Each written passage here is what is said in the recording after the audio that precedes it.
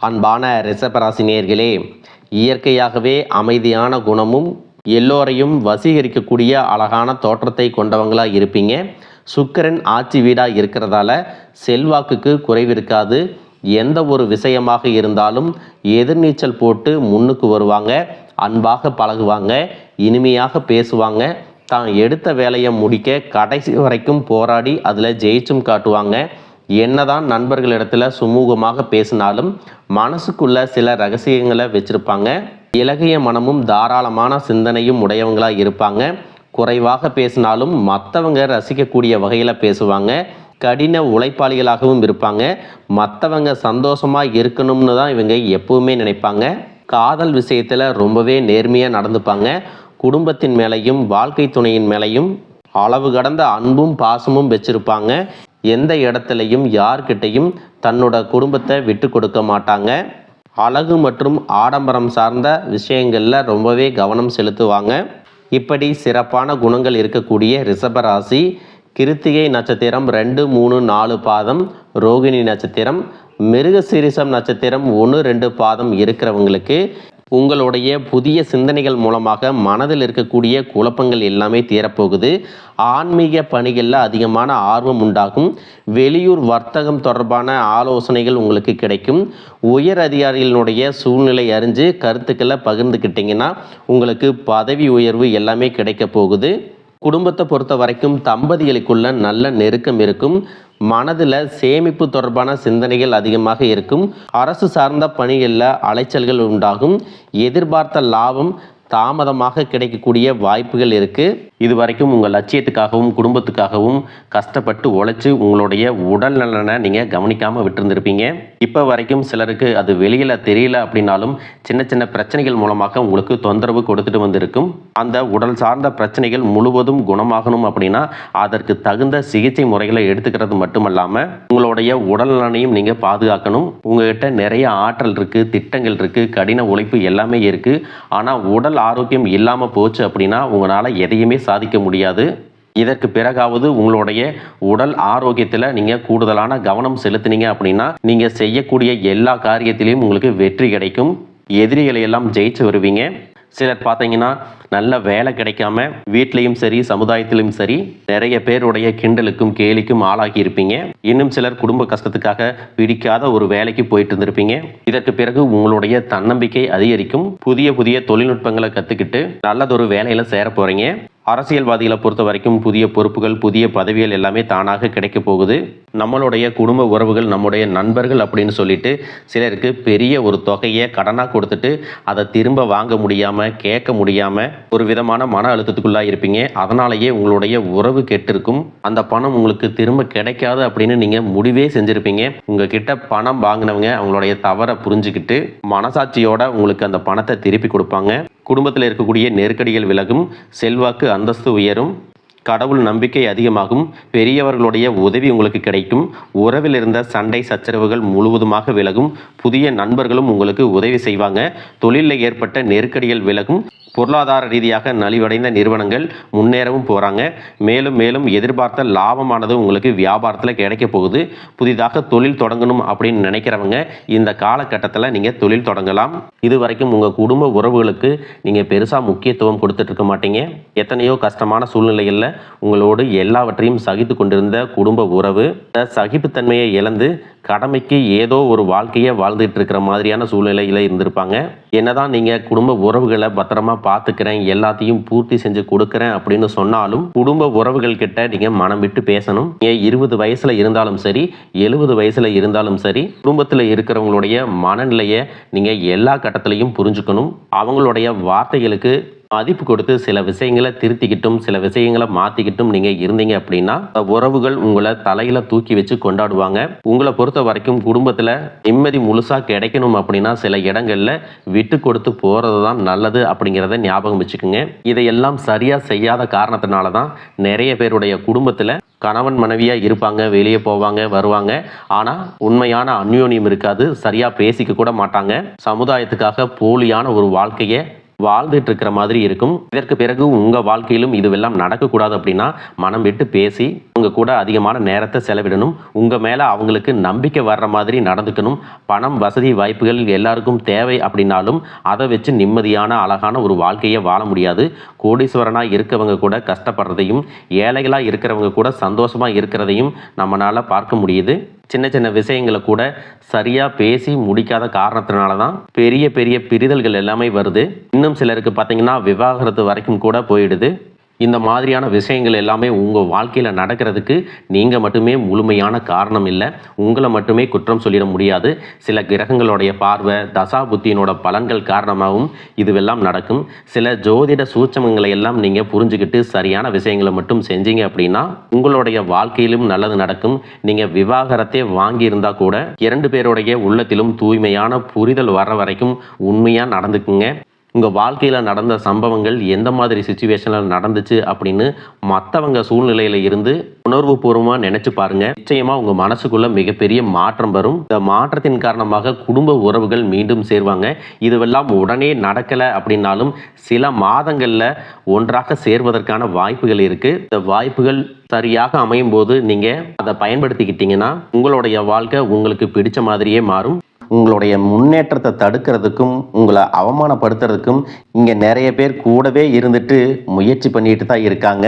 ஆனாலும் அவங்களுடைய சதிகளையும் சூழ்ச்சிகளையெல்லாம் தாண்டி இப்போ வரைக்கும் ஓரளவுக்கு நீங்கள் நல்லா இருக்கீங்க அப்படின்னா உங்ககிட்ட இருக்கக்கூடிய நல்ல எண்ணங்களும் கடவுள் பக்தியும் இது வரைக்கும் நீங்கள் செஞ்ச தர்ம காரியங்களும் தான் உங்களை காப்பாற்றிட்டு இருக்கு. இதுக்கு முன்னாடி நல்ல நண்பர்களாக இருந்திருப்பாங்க, நல்ல உறவுகளாக இருந்திருப்பாங்க. அவங்களே தன்னோட சுயநலத்துக்காக துரோகங்களை எல்லாம் செஞ்சு உங்களுடைய வாழ்க்கையை கெடுக்கணும் அப்படின்னு நினைக்கும்போது இந்த உலகத்தில் யார் நல்லவங்க, யார் கெட்டவங்க, யாரை நம்புறது அப்படிங்கிறது தெரியாமல் தான் நீங்கள் புலம்பிட்டு இருக்கீங்க.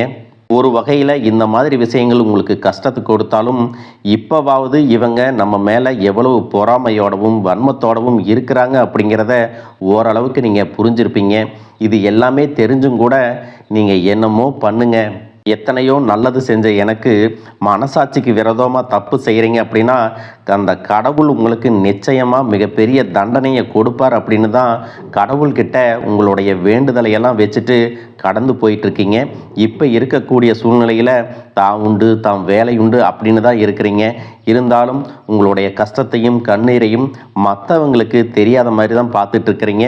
உங்களுடைய வாழ்க்கை உங்களை எப்படி புரட்டி போட்டாலும் முடக்கி வச்சாலும் நீங்கள் எப்பவும் போல் சாதாரணமாக இருக்கிறதுனால உங்களை சுற்றி இருக்கிறவங்க எல்லாருமே இவங்களுக்கு என்னப்பா ஜாலியான வாழ்க்கை வாழ்கிறாங்க, இவங்ககிட்ட என்ன குறை அப்படின்னு சொல்லுவாங்க. ஆனால் மனசில் நிம்மதி இல்லாமல், சரியாக சாப்பிட முடியாமல், அவ்வளவு ஏங்க நிம்மதியாக தூங்க முடியாமல் கூட நீங்கள் எவ்வளவு கஷ்டப்படுறீங்க அப்படிங்கிறது உங்களுக்கும் அந்த கடவுளுக்கும் மட்டும்தாங்க தெரியும். இந்த மாதிரி உங்கள் வாழ்க்கையில் திடீர்னு ஒரு பிரச்சனை, உடம்பு சரியில்லை, ஹாஸ்பிட்டலில் பெருசாக செலவு வந்துருச்சு, குடும்பத்தில் அவசர தேவைக்கு பணம் பத்தலை, பிஸ்னஸில் லாஸ் ஆயிடுச்சு அப்படின்னு உங்கள் வாழ்க்கை முடங்கிருச்சுன்னா கூட நின்று உங்களுக்கு உதவி செய்கிறதுக்கோ ஆறுதலாக 4 வார்த்தை பேசுகிறதுக்கோ அவ்வளவு ஏங்க திரும்பி பார்க்கக்கூட உண்மையான ஆள் கிடையாது. ஆனால் நீங்களாவே ஏதோ தட்டு தடுமாறி எந்திரிச்சு நிற்கிறப்போ உங்களை குறை சொல்கிறதுக்குன்னே நிறைய பேர் தேடி வருவாங்க. உங்கள் சொந்தக்காரங்க, தெரிஞ்சவங்க அப்படின்னு எல்லாரும் தேவைக்கு மட்டும்தான் உங்களை பயன்படுத்திக்கிறாங்க. இதையெல்லாம் தெரிஞ்சதுக்கு அப்புறமும் மறுபடியும் அவங்களுக்கெல்லாம் உதவி செஞ்சு ஏமாறக்கூடியவங்களாக தான் நீங்கள் இருக்கீங்க. இந்த வாழ்க்கையில் எப்படியாவது முன்னேறிடணும் அப்படிங்கிறதுக்காக தினம் கஷ்டப்பட்டு உழைக்கிறீங்க. இது நாள் வரைக்கும் என்னுடைய மனசாட்சிக்கு தெரிஞ்சு நான் யாருக்கும் எந்த கெடுதலையும் கஷ்டத்தையோ துன்பத்தையோ கொடுத்ததில்லை. எனக்கு மட்டும் ஏன் இந்த வாழ்க்கையில் இப்படி நடக்குது அப்படின்னு ஆதங்கப்படுறது உண்மைதாங்க. என்ன இருந்தாலும் உங்களுக்கு இவ்வளவு கஷ்டங்கள் ஆகாது. இந்த மாதிரி பிரச்சனைகள் உங்கள் வாழ்க்கையில் வரும், கொஞ்ச நாளுக்கு அப்புறம் அது போயிடும். நிறைய நேரங்களில் பார்த்தீங்கன்னா உங்களால் எந்த பிரச்சனைகளும் வராது, ஆனால் உங்களை சுற்றி இருக்கிறவங்க மூலம் தான் உங்களுக்கு நிறைய பிரச்சனைகள் வருது அப்படிங்கிறத இப்போவாவது கொஞ்சம் புரிஞ்சிருப்பீங்க. இவ்வளவு நடந்ததுக்கப்புறம் இனி என் வாழ்க்கை மாறுமா அப்படின்னு நீங்கள் கேட்குற கேள்விகளுக்கெல்லாம் பதிலாக தாங்க இனி வரக்கூடிய கிரக நிலைகள் மற்றும் அதன் இயக்கத்தின் காரணமாக உங்களுக்கு நல்ல பலன்கள் எல்லாமே கிடைக்க போகுதுங்க. நாள் வரைக்கும் நடந்த கெட்ட விஷயத்தை எல்லாம் விட்டுருங்க. இனி வரக்கூடிய நாட்களில் உங்களுக்கு எந்த மாதிரி நன்மைகள் கிடைக்க போகுது அப்படிங்கிறத பற்றி தான் இந்த வீடியோ பதிவில் பார்க்க போகிறோம். முதலாவதா மீன ராசியில் இருக்கக்கூடிய சனி பகவான் உங்களுக்கு ஆரம்பத்தில் சில தடைகளை கொடுத்திருந்தாலும் இந்த வருடத்தின் இறுதிக்குள்ள உங்களுக்கு நல்ல பலன்களை எல்லாம் கொடுக்க போறாரு, தடைகளை எல்லாம் விலக்க போறாரு. இதன் மூலமாக பொருளாதார ரீதியாக உங்களுக்கு நல்ல முன்னேற்றம் அப்படிங்கிறது விரைவிலேயே ஏற்பட போகுது. அடுத்ததாக பார்த்தீங்கன்னா சுக்கிர பெயர்ச்சி, புதிதாக வீடு வாகனங்கள் எல்லாமே வாங்குவீங்க. ஆரம்பத்தில் பொருளாதாரத்தில் ஏற்ற இறக்கங்கள் இருந்தாலும் இந்த வருடம் முடியும் பொழுது குறிப்பிட்ட அளவுக்கு நீங்கள் சொத்து சேர்த்து வச்சுருப்பீங்க. குரு பகவான் மிதுன ராசியிலிருந்து தன்னுடைய உச்ச ராசியான கடக ராசிக்கு போகும் பொழுது கஜகேசரி யோகமும் உண்டாக போகுது. இந்த நேரத்தில் உங்கள் நிதி நிலைமை ரொம்பவே முன்னேற்றமாக இருக்கும். குழந்தை பாக்கியம் இல்லை அப்படின்னு கவலைப்பட்டு இருந்தவங்களுக்கு நிச்சயமாக குழந்தை பாக்கியம் உருவாகும். அவங்களுடைய உடல் நலனில் எவ்வளவு பிரச்சனைகள் இருந்தாலும் அதையெல்லாம் சரி செஞ்சு இந்த பாக்கியத்தை அடைய போகிறாங்க. அவங்க குடும்பத்திலையும் மனதிலும் மிகப்பெரிய மகிழ்ச்சி நிரந்தரமாக இருக்க போகுது. படிக்கக்கூடிய மாணவர்களுக்கும் கல்வி ரொம்பவே சிறப்பாக இருக்க போகுது. அடுத்ததான் நவம்பர் மாதத்தில் ஏற்படக்கூடிய ராகு கேது பெயர்ச்சியில் குடும்பம் மற்றும் தொழிலில் திடீர் மாற்றங்களும் திருப்பங்களும் ஏற்பட போகுது. நீண்ட நாளாக நிறைய பேர் உடல்நலம் சார்ந்த பிரச்சனைகளில் முடங்கி கிடந்திருப்பாங்க, நடக்கிறதுக்கே ரொம்ப சிரமப்பட்டிருந்திருப்பாங்க. அந்த பிரச்சனை எல்லாமே முழுவதுமாக நிவர்த்தியாக போகுது.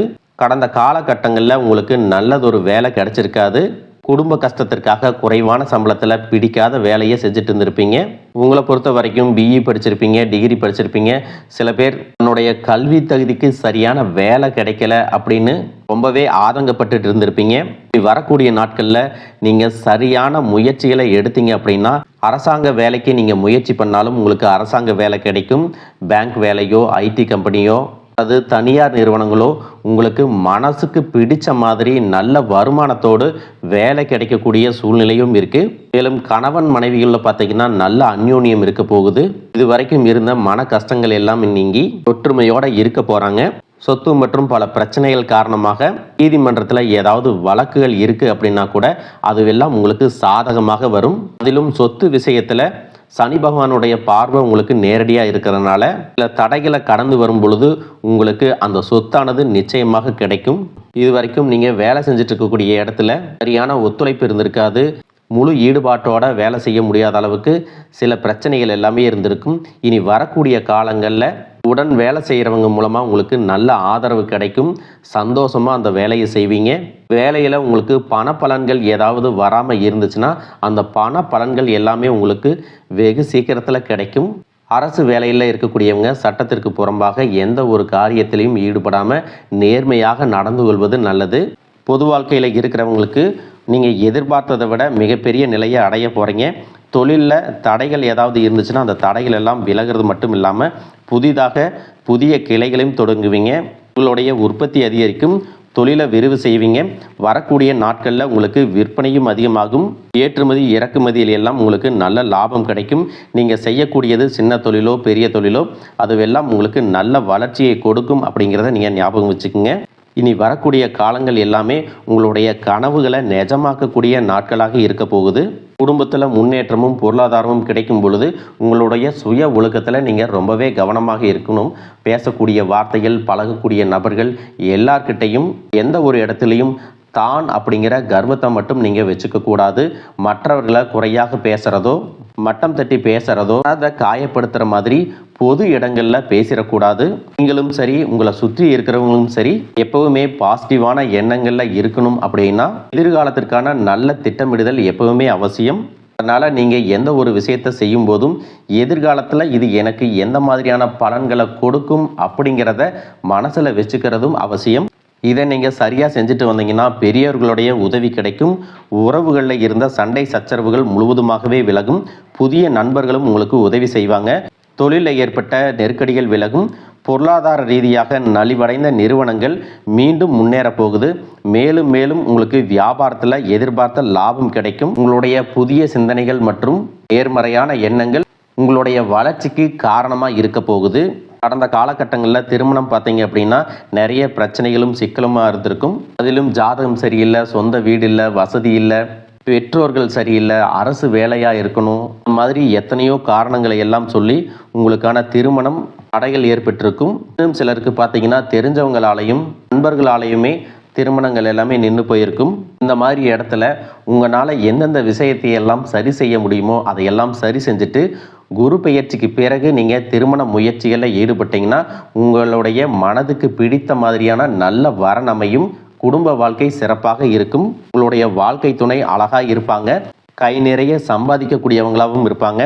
அதே நேரத்தில் வாழ்க்கை துணையை இழந்துட்டு இரண்டாவது திருமணம் பற்றி யோசிக்கக்கூடிய ஆண்கள் மற்றும் பெண்களுக்கு தன்னுடைய வாழ்க்கையில் வரக்கூடிய துணை, அவங்களுடைய பழக்க வழக்கம், 2 பேருக்கும் கருத்தொற்றுமை இருக்கா, மன பொருத்தம் இருக்கா மற்றும் தேவைப்பட்டால் உங்களுடைய ஜாதகத்தை கூட ஒரு முறை நீங்கள் சரி பார்த்துக்கிட்டு இரண்டாவது திருமணத்துக்கு முயற்சி செஞ்சீங்கன்னா நல்ல வாழ்க்கை துணை அமையும். மற்றவங்க பொறாமப்படக்கூடிய அளவுக்கு நல்லதொரு வாழ்க்கையை வாழ்ந்து காட்டுவீங்க. எந்த ஒரு எதிர்பார்ப்புகளும் இல்லாமல் எப்பவும் போல் உங்கள் கடமையை செஞ்சுட்டு உங்கள் வாழ்க்கையை நீங்கள் வாழ்ந்துட்டு வாங்க. உங்களோட குலதெய்வமும் கிரக நிலைகளும் உங்களுக்கு துணையாக இருக்குது. இப்போ நீங்கள் எடுத்து வைக்கக்கூடிய ஒவ்வொரு அடியும் எதிர்காலத்தில் உங்களை வாழ்க்கையின் உச்சத்தில் கொண்டு போய் வைக்கும் அப்படிங்கிறத மட்டும் நீங்கள் எப்பவுமே நினைவு வச்சுக்கணும். உங்களை சுற்றி நல்ல விஷயங்கள், கெட்ட விஷயங்கள், இந்த மாதிரி எல்லாமே சுற்றி நடந்து வந்தாலும் நல்ல விஷயங்களை மட்டும் எடுத்துட்டு நீங்கள் முன்னேற்ற பாதையில் போயிட்டே இருங்க. உங்களுடைய நல்ல எண்ணங்களுக்கு உங்களுக்கு நல்லதே நடக்கும். வாழ்க வளமுடன், வாழ்க பல்லாண்டு.